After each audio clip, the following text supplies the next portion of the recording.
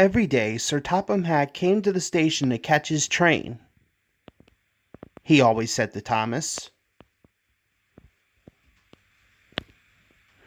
There were lots of freight cars, and Thomas worked very hard, pushing and pulling them into place. There was also a small coach, and two strange things his driver called cranes. He told Thomas. One day, Thomas was in the yard. Suddenly, he heard an engine whistling. A freight train came rushing through much too fast. The engine was James, and he was frightened. His brake blocks were on fire. He panted. Laughed the freight cars. Still whistling. Poor James disappeared,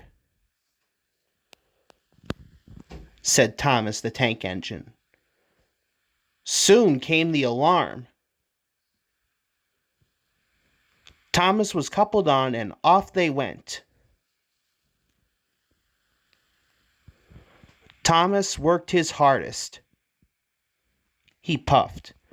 He wasn't pretending to be like Gordon. He really meant it. James's driver and fireman were feeling him all over to see if he was hurt. They said.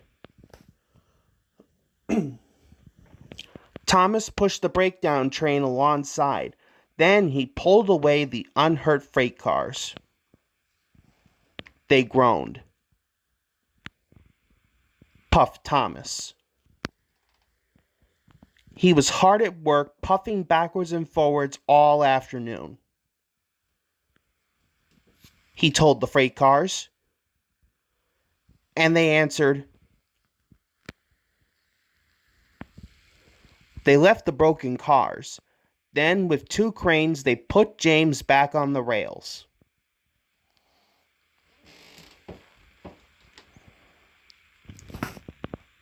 He tried to move, but he couldn't. So Thomas helped him back to the shed. Sir Topham Hatt was waiting anxiously for them. He said,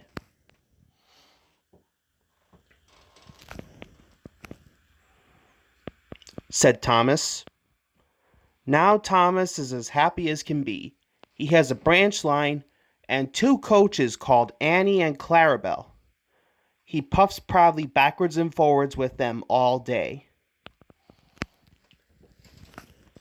He is never lonely. Edward and Henry stop quite often and tell him the news. Gordon is always in a hurry, but never forgets to say, "Boop, boop." And Thomas always whistles, "Peep, peep," in return.